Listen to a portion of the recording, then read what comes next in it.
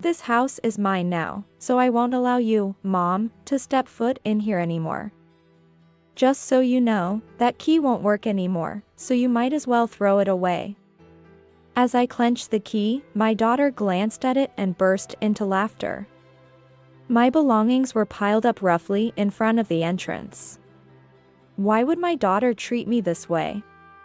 Especially when my heart was still heavy with grief from returning from my husband's funeral? I was lost, unable to comprehend the situation. "My name is Susan, and I am 60 years old.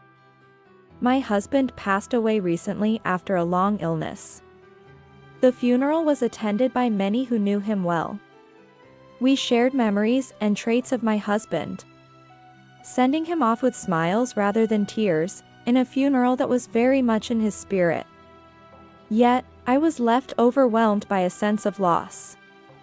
We have a daughter, Emily, who moved to a distant town after getting married and had grown distant over the past few years, rarely showing her face even during holidays.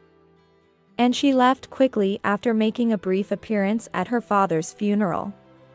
Before she got married, she was very close to us, always saying she couldn't bear the thought of living away from us despite our advice to live on her own after getting a job. After all, meals taste better when the family eats together, don't they?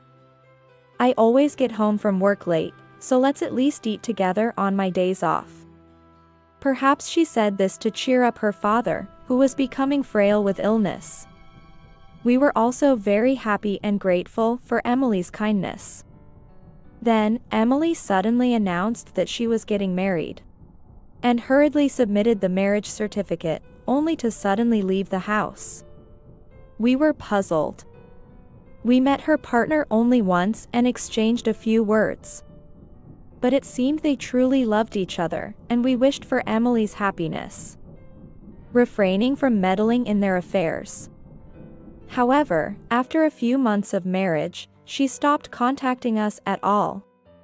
We worriedly sent daily messages and calls, asking if she was all right, but received no replies until finally, she answered, irritably asking us to stop contacting her every day, and even laughed loudly, suggesting she'd only talk to us if we sent her some money.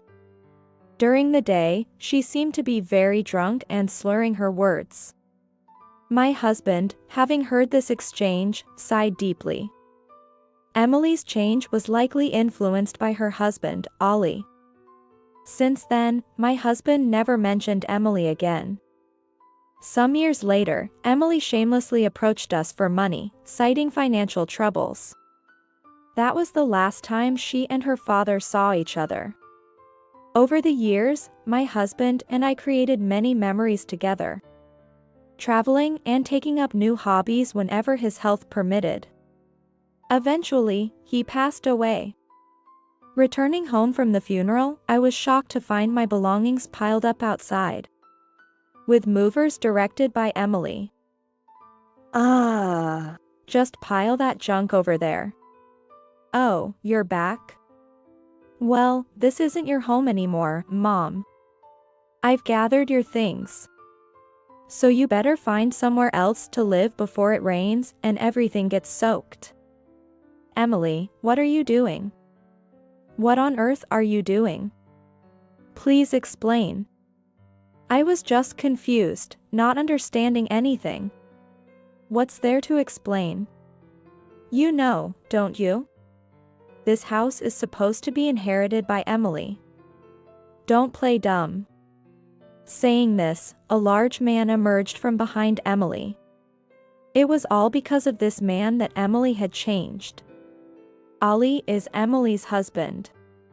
Meeting Ollie changed Emily completely. We were introduced to him as a regular company employee, but in reality, he was involved in dubious business dealings. When we found out, we couldn't understand how our straightforward Emily ended up with someone like Ollie, and we were very worried. Emily and Ollie kept us at a distance. Despite this, a few years ago, They suddenly came to our house and shamelessly asked my husband for money. I was terribly shaken. But my husband remained calm and spoke about a will that even I was unaware of.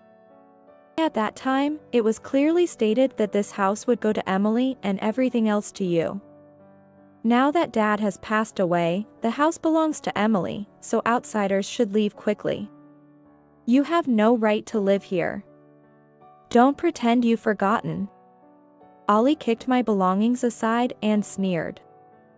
But, you can't just say that all of a sudden.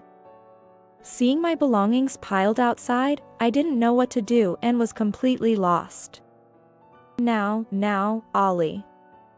You shouldn't speak so coldly.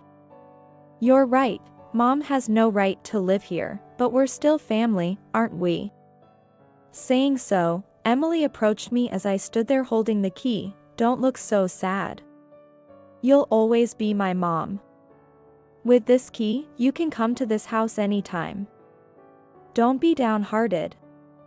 Then, she took the key from my hand, tossed it far away with all her might. What are you doing? The key arched through the air and disappeared in the distance. I was stunned by Emily's unbelievable action. Turning back to Emily, sorry about that. Upon closer inspection, that key was already useless. I forgot we changed the locks earlier. It was pointless for you to hold on to it, so I threw it away for you. Don't look like you're about to cry. It's as if I did something mean. Emily and Ollie pointed at me, stunned, and laughed loudly. The face of Emily, now devoid of any resemblance to her before marriage, was that of a person who would stoop to any lows for her own benefit. Why has it come to this? I felt tears welling up. Then, I remembered my husband's kind smile, as if he was telling me to hang in there. Emily, I understand what you want to say. But you seem to be misunderstanding something. This is no place to talk. Let's go inside. I urged Emily and Ollie to come in, but they resisted. What? We haven't finished moving in yet. Plus, don't act all high and mighty telling us to talk inside. This is no longer your house. You need our permission to enter. Facing Ali's arrogance, we need to talk about this house. It's not yours yet. I'm just about to explain that. I've already called a helper who can explain it in a way that even a child can understand. And he'll be here shortly. Let's go inside and have some tea. You're still saying that? If you keep insisting on staying in this house, I'll call the police. Don't make me repeat myself. This house isn't Emily's. If you understand, come inside quickly. If you do anything to me, I'll be the one calling the police. My firm stance seemed to unsettle them a bit. Well, it would be the last time to hear some of an old woman's nonsense. You're getting old anyway. We'll indulge you this much. All right, let's hear what you have to say. If you talk nonsense, you'll have to compensate us for wasting our precious time. Ollie sat on the sofa, crossed his legs, and threatened me. Emily glared at me similarly. It seemed these two had threatened many people like this before, squeezing out what they could. This thought saddened me. Soon, the doorbell rang, and I let a man into the living room. He was the lawyer who had been present when my husband disclosed the contents of the will. You're the lawyer from that time, right? What accusation are you trying to make? We've seen the will that clearly states this house is to be inherited by Emily, and Dad said so. That's an irrefutable fact, isn't it? As I explained before, you didn't quite understand back then. The will stipulates a conditional bequest, and if the condition occurs, the bequest loses its effect. What? Are you trying to confuse us with all these complicated terms? Seeing their confusion, the lawyer took over to explain. conditional bequest with revocation refers to a will that comes with conditions. The condition for the inheritance in your father's will was that Susan could continue living in the house as long as she is in good health. Emily could inherit the house only if Susan could no longer live there due to health issues or passed away. This was clearly stated in the document, and your father emphasized it. Ollie and Emily seemed completely lost. Huh? Did he say that? Even if he did, there's no way we'd remember. What's all this about revocation? Emily shook her head in denial. All right, then what about those conditions? They were a bit shaken, but still defiant. You two tried to force Susan out of the house, violating the will's condition. By doing that, Emily lost her right to inherit at that moment. Wait a minute. Are you saying I can't inherit just because of that? That's ridiculous. The lawyer, unfazed by Emily's outburst. A minor issue? That's the crux of this will. Whether minor or major, breaking that condition results in revocation. Lawyer, when did we ever break that condition? Can you prove it? He leaned in, clearly trying to intimidate the lawyer. The lawyer, clearing his throat. There was a moving truck outside arranged by you two, wasn't it? You were trying to move your things in and live here without Susan's consent. Don't say it like we did something wrong. We told Mom about it. She just forgot and panicked on her own. That's not our fault. Listen, Emily. Such childish excuses don't work in the adult world. You not only moved in without permission but also threw my belongings outside, telling me to leave quickly. I didn't say that. You're the one lying. I can't forgive even my own mother for making up such accusations. If you keep this up, I'll sue you. Do you want that? Being sued by your daughter is the last thing you want, right? Then take back what you said. The lawyer pulled out his phone. We can't retract the truth. Multiple witnesses saw and heard you demanding Susan leave. We've even recorded their testimonies. He played a video with testimonies from movers and neighbors. Everyone's statements are consistent. They all say you two demanded Susan leave. You could have paid them to say that. How can we trust this? Stop making a fool of us. Without responding to Ollie's accusation, the lawyer produced a key. Emily, you took the key from Susan and threw it away, which was witnessed by many. I found this key in the bushes, as described. The fact you changed the locks means Susan can't enter or live here, violating the condition that she can stay as long as she's healthy. Thus, you've breached the inheritance condition. Don't spout whatever you want.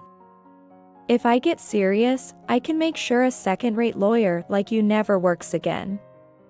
Despite Ollie's loud threats, the lawyer remained calm and continued. Therefore, this house will never belong to Emily, and you have no right to live here now. Please remove your belongings and restore Susan's immediately. If you delay or try to stay, we'll report a breaking and entering crime to the police. You have 2 hours. Start now. The lawyer clapped his hands sharply and checked the time on his wristwatch. Police, you say? Such nonsense won't shake me. Ollie blustered, but the lawyer countered. I'm a professional in law. This is no lie. Getting into trouble with the police over this would only be problematic for you. Even Ollie seemed to understand this wasn't an empty threat. Damn it. Ollie and Emily started sweating profusely and hurriedly got up to move. It appeared Ollie is like a man who is big only in size, but has no guts. I'm sorry. We'll put everything back right away, so please don't call the police, okay? Please. Emily pleaded in a sweet voice to the lawyer and shouted at the movers waiting outside to reload the truck, but they refused, citing no such agreement. Eventually, Ollie had to rent a car and somehow managed to load the belongings. Just loading isn't enough. You must restore everything to how it was. If Susan's belongings are damaged or dirty, clean them up. Any damage and we'll report property damage and seek compensation. The lawyer continuously mentioned reporting and compensation claims, pushing Ollie and Emily to restore everything within 2 hours. After loading their belongings, Emily tearfully asked Ollie, "Now that we've packed up, what do we do?" "How should I know?" "It's because your dad left that weird will," Emily retorted sharply, blaming Ollie for not listening to the will properly. Despite their argument, they drove off, fleeing the scene. I thanked the lawyer profusely and returned to my home filled with memories of my husband, feeling relieved. I later heard that Ollie and Emily had caused trouble in their previous town and moved to our house almost like a night flight, being targeted by scary people. Without jobs, they planned to intimidate me for inheritance money. Emily, staying with Ollie, seems destined for a life of repetition. It pained me, but it was the path Emily chose. If they ever regret their actions and wish to live honorably, I'm willing to help. My husband had mentioned something like this. For now, I'll enjoy my time in this house we shared, considering even trying skydiving. Something my husband had wanted to do. Looking up at the stars in the night sky, I felt my husband encouraging me. And I gently touched the corners of my eyes.